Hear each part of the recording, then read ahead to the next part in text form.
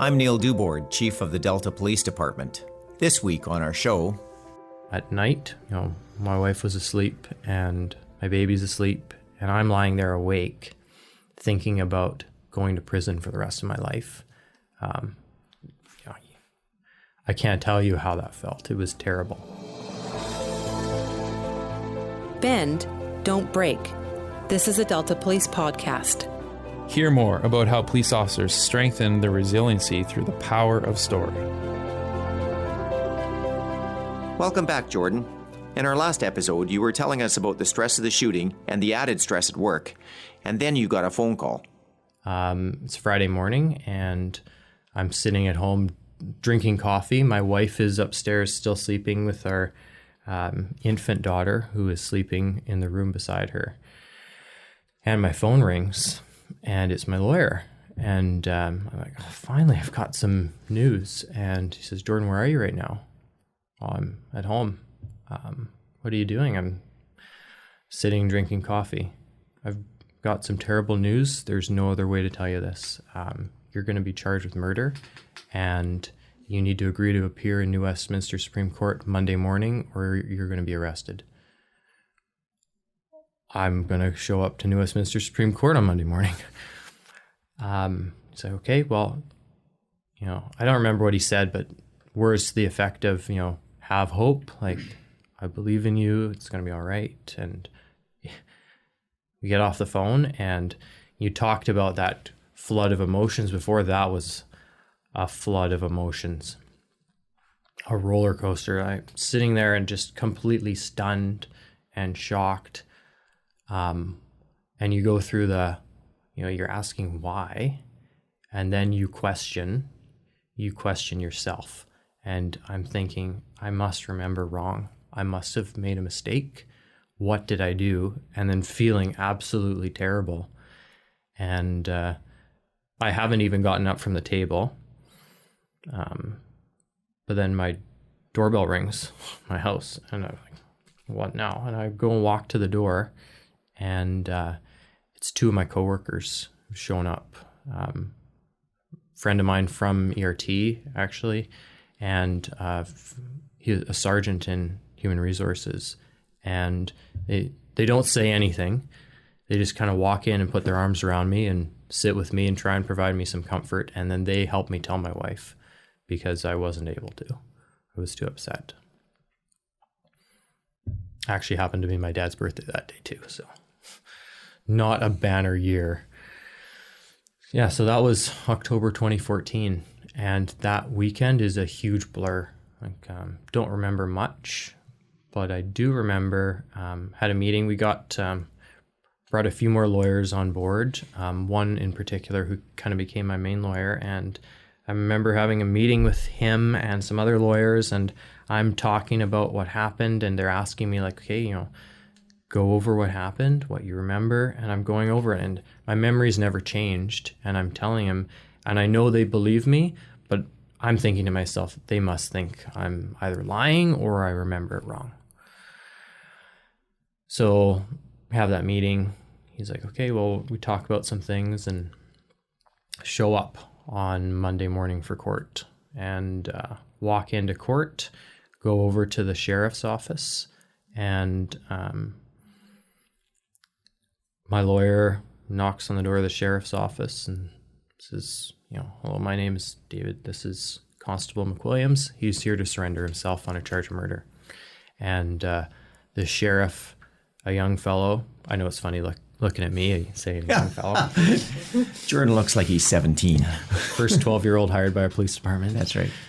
But he looks shocked, clearly does not know what to say. He says, hang on a minute, stands up, walks away, goes get his supervisor. And she comes out and looks at me, looks at my lawyer, looks at my family, and says, little things like this I remember so clearly because they were really small comforts in a terrible time. And she says, you can walk yourself to court, Constable. It's this courtroom right over here. And she walks with me, and I walk down to court and sit down and listen to my lawyer and the Crown prosecutor argue over why I should be released from custody. And, talking about strong roots in the community and all this stuff that you sometimes hear from the other side, but never even think for a moment about what it's like to be trying to argue for your own freedom. So I do get given bail and a number of conditions. Thankfully, I didn't get a no alcohol condition because I would have breached later. That was a joke. Yeah. But get my bail set at $50,000. I do not have $50,000. I have a great union who then say, okay, well, we're going to step in and we're going to put up $50,000 for you, Jordan. So we go downstairs to the JPs, Justices of the Peace, to put up my bail, and my union agent says, okay, we're going to put up money, and she says, you can't. Well, why not? Well, because you're an organization, and organizations can't post bail. Has to be an individual. And so now I'm like, okay, what do I do? And my dad was there. So, good thing inspectors are well paid, because Dad said he'd put up bail for me. So my dad puts up my bail,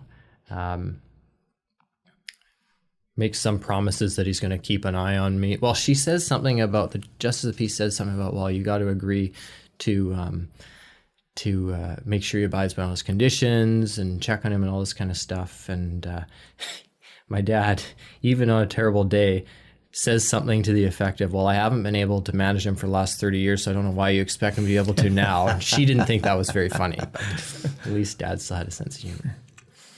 So leave court, and I'm driving home.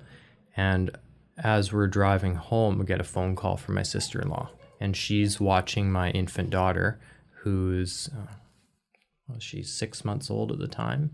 And, she's upset and says, Jordan, don't come back here right now. The news is on your front lawn.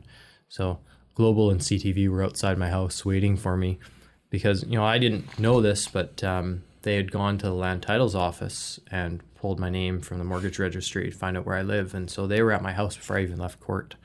So they were there waiting. So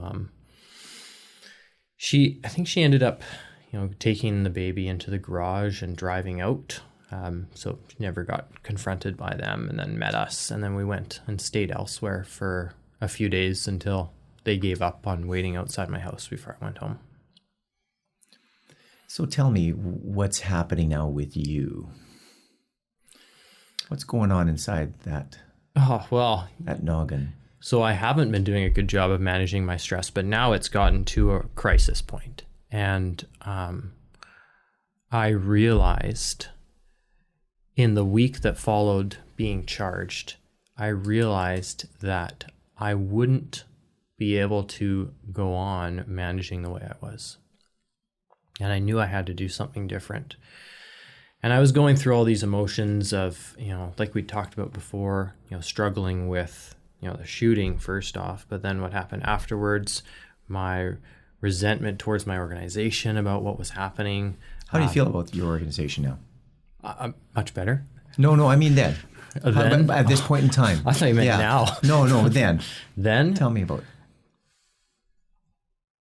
I was more hurt and angry towards my department than I was over being charged with murder.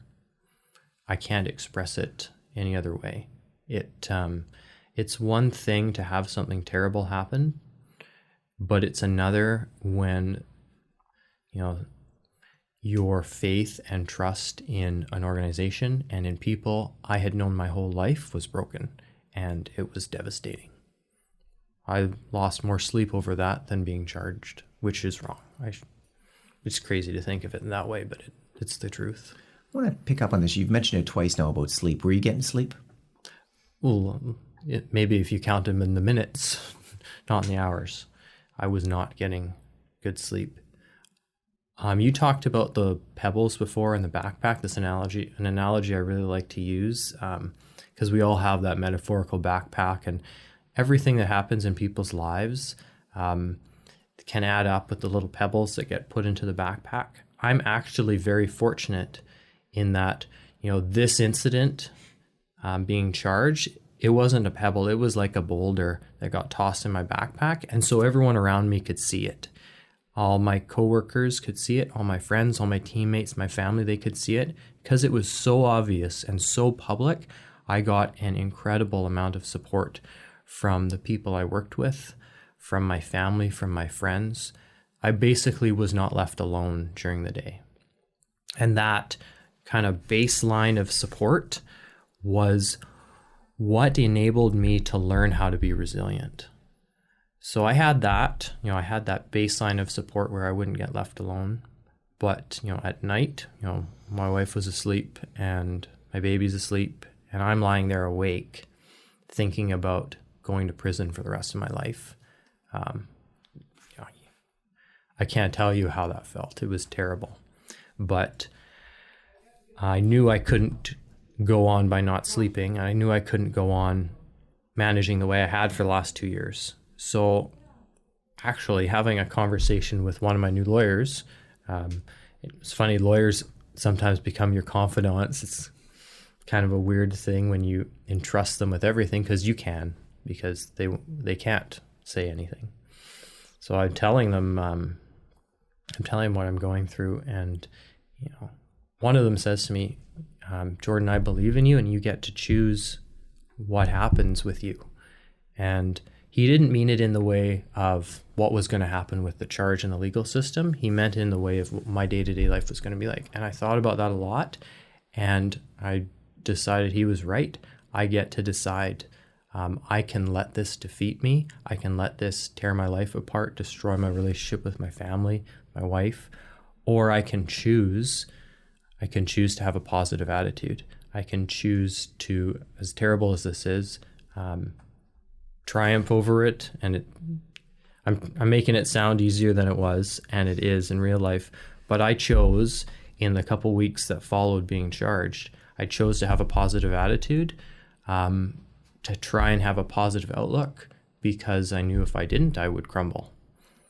How do people get there without going through all the hurt and devastation and feelings of stress prior to? Is there a way to get there before that? I believe there is. There's lots of ways to manage individual stressors in our lives. And I'm involved in a program now where we talk about resiliency and teaching officers and people how to be more resilient in the face of difficult circumstances. But you always get to choose your attitude. And as difficult as it is, I know it's not easy. You get to decide in the face of difficult things what you're going to do about it. And you get to decide what you're going to think about it. It's not going to be easy, but if you consciously make the choice to be positive about what's happening, you can. And I was able to. As terrible as it was,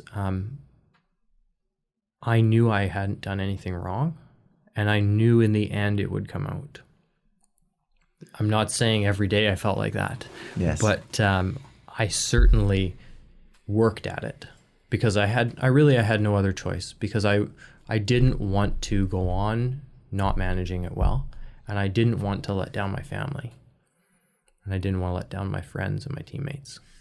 So who was most valuable to you at that point in time? Was it family? Was it mother, father? Was it teammates? Was it who? My wife. She's not only super supportive, she's very smart, and she knows me very well. So one thing she did during this time, so I've been charged, I'm now off work, I'm home. She was off work on maternity leave. And one day she came to me and said, Jordan, I'm going back to work early. You're in charge of looking after Taylor, my daughter. So, I love it. Very smart. She goes back to work, and, I simplify it. We'd talked about it, and I'm like, yeah, it makes sense. I'm not working. So yeah, I'll look after baby. You go back to work. And so she does. She goes back, and now my day had structure. My life had structure because I had to wake up in the morning and wake up with my daughter, and then I had to take her to Mommy and Me and Mother Goose and all these things. I'm so fortunate that I had those times because I have a fantastic, close relationship with both my kids, but really, really close with my older daughter. 'Cause I got to spend all that time with her that I wouldn't have otherwise. But, she gave me that structure to my day, so I couldn't just, laze about and do nothing. So I had that every day. And then my lawyers also made sure that, I was involved. So they brought me in. I would do legal research and pored over disclosure, which disclosure on major cases is quite large. I've looked at every little tiny piece of the disclosure relating to my file. So I had a lot of structure. I had a lot of support. And those two things in particular allowed me to make those choices to be positive about what was happening. So before we go on to 2015 and what 215 brings, tell me about sort of how 214 ends with the organization.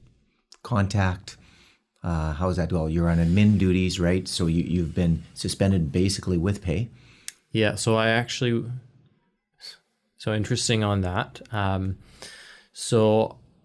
After I got charged, I got a phone call from the chief at the time saying, Jordan, I believe in you and we're not abandoning you. And that was that day. And then I think he went on the news the day I was charged and spoke about in the neutral way that leaders of policing organizations have to speak, I understand. Didn't address what had happened, but also didn't particularly, come out swinging to back me either. But he didn't know what had happened. I understand that. He hadn't seen the disclosure. Nobody had. But I didn't hear much of anything after that.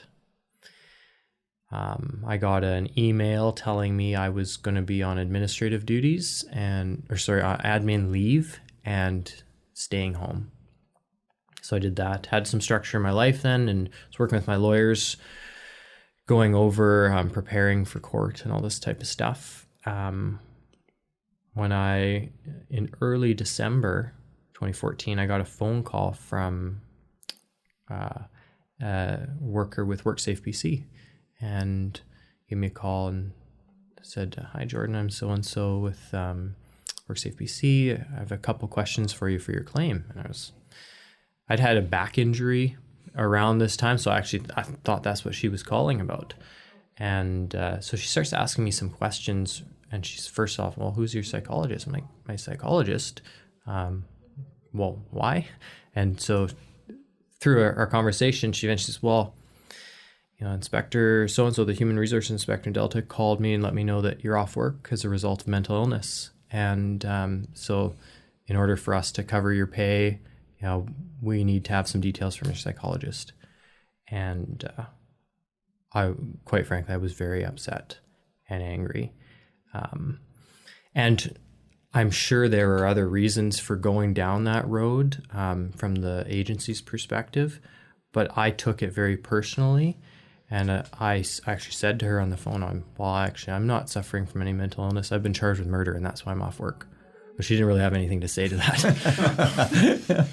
Thank you very much. That was the end of our conversation. So, I had a lot of resentment over that, and I was angry. And I got a phone call from the Human Resources Inspector, and he was explaining to me why they'd gone down that road, and I don't remember any of the explanation because I frankly didn't care. I was just upset and angry. There was no conversation with me about this. There was no... I didn't perceive there was no genuine interest in how I was doing. I took it as a money-saving measure, and I don't believe it was. I believe there's other better reasons why that it went down that road, but that's how I felt. That's what I perceived it as, and I was very angry. That was the last conversation I had with anybody from management in the organization for months. I didn't hear anything after that. So December, now we're 25 months in, we roll into 215, and now you're going into 30 months, and what goes on?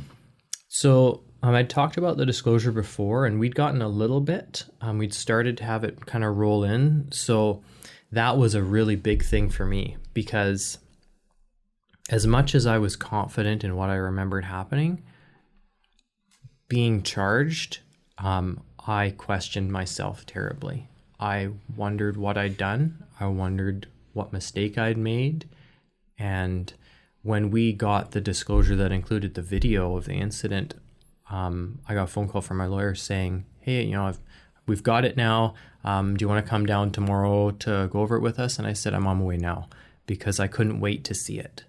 Because it had been over 2 years and I remembered everything so clearly. And so I thought, how could I have made such a mistake? And I remember watching it the first time and watching it again. I watched it like 3 times before I said anything. And with some very minor details different, it was exactly what I remembered happening. And I felt a huge relief, 1, but 2, I felt this kind of affirmation and empowerment that, no, I didn't do anything wrong. I remember what happened. That video shows what I remember happening. And I remember my lawyer just tossing a pad of paper in frustration, trying to understand where the charge was coming from. So now I kind of felt empowered, but something interesting that happened in January is we had another court appearance. And it's kind of as a legal aside to this, the Crown had elected to proceed by direct indictment, to skip the preliminary inquiry, which is a stage in our legal system to ensure that there's enough evidence to actually take something to trial. But they'd gone by direct indictment, so with the consent of the Attorney General, they can skip that step. But in order to do that, they have to file essentially the theory of the Crown with the court. So they do that in January, and we get a copy. And I remember reading it and going over it with my lawyer and essentially learning that the Crown's theory boiled down to the fact that while he may have pointed the gun at me and my teammates, the moment I shot him, which happened to be less than half a second later, he wasn't pointing it at me anymore. So that meant it wasn't justified to shoot him. And I'll tell you, I felt very empowered then. And my lawyers did. And it was kind of after that point that I know now things really started to go in my direction.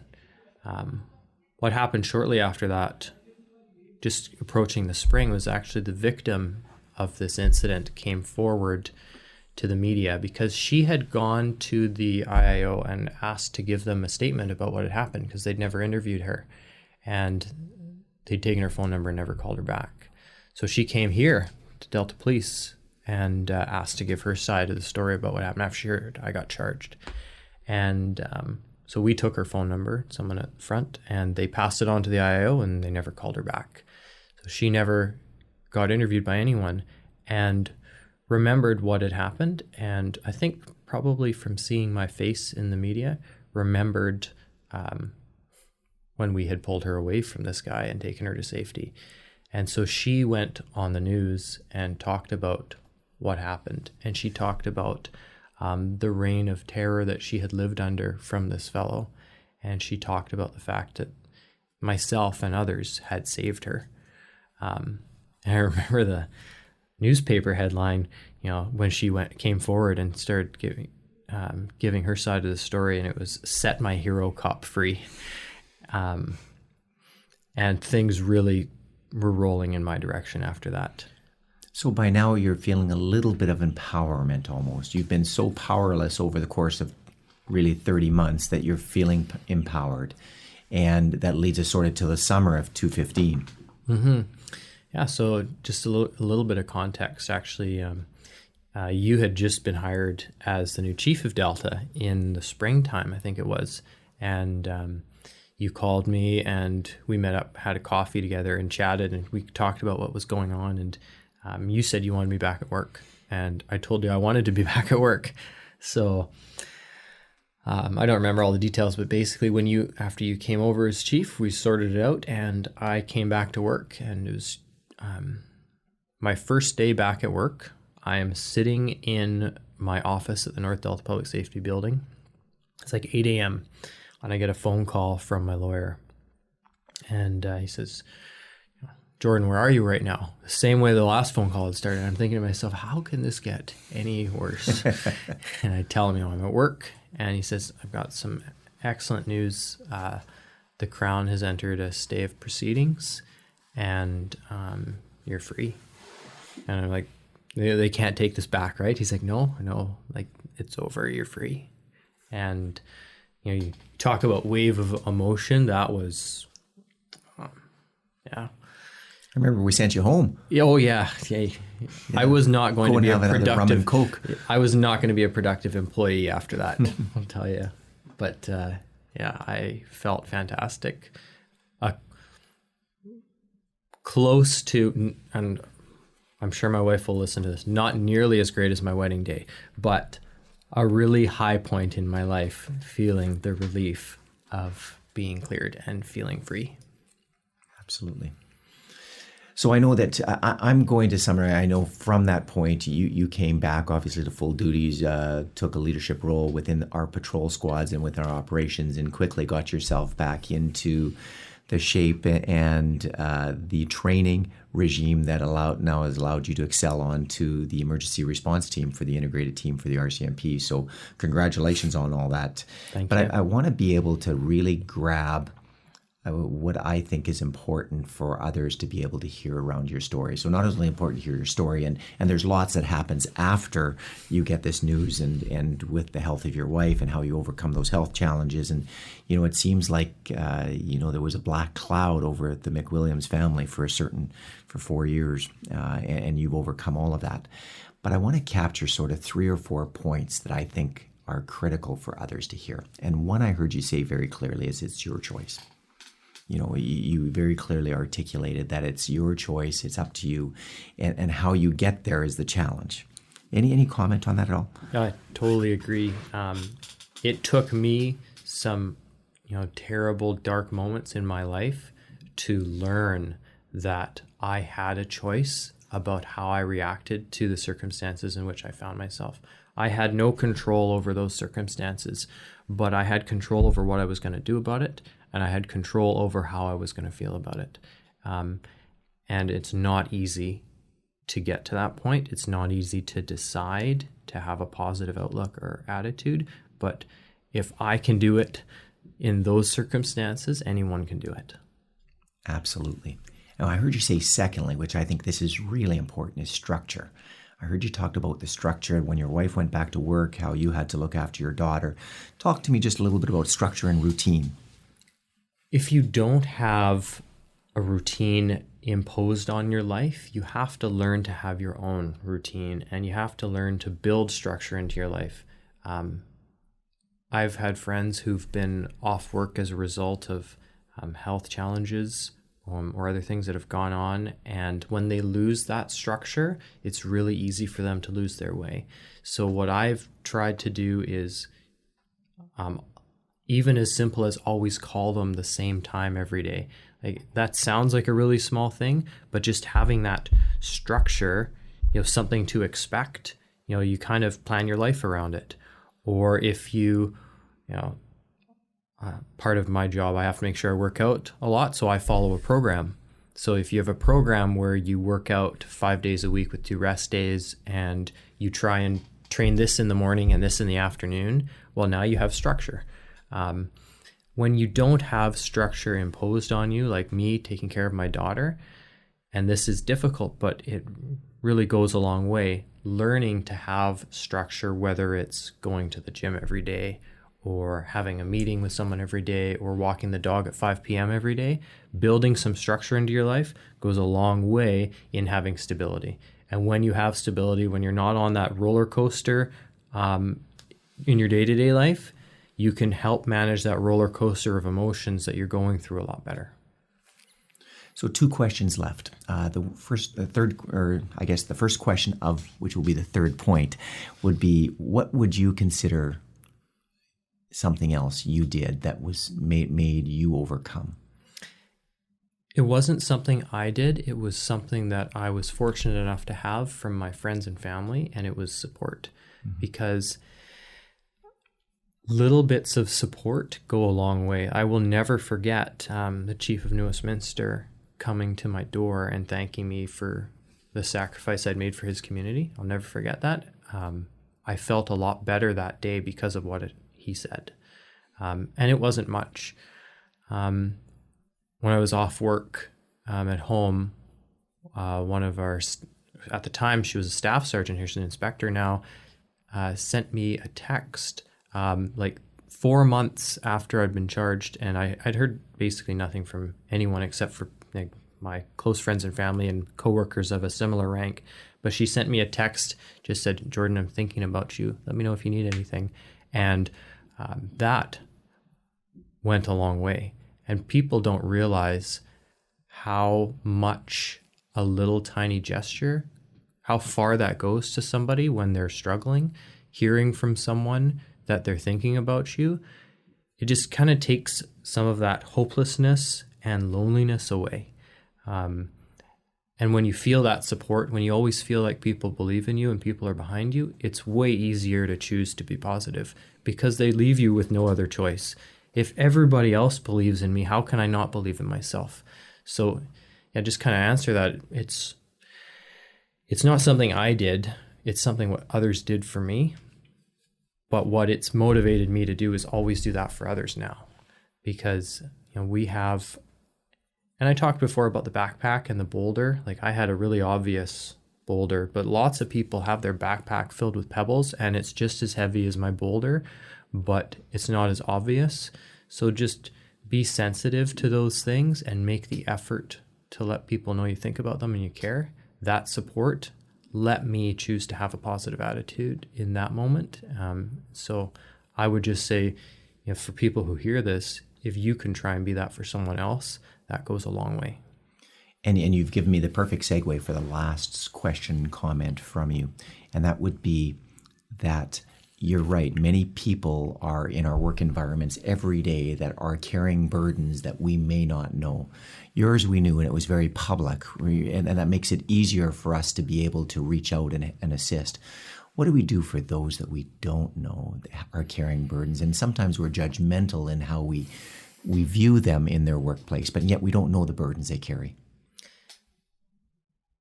So on that, I think when I was junior in my career, and I was very fortunate to start in policing as a 20-year-old, which, still can't believe you guys hired me that young. But when I was junior in my career, I was very judgmental. And I thought of, people who really, in retrospect now, were struggling with something that I never knew anything about.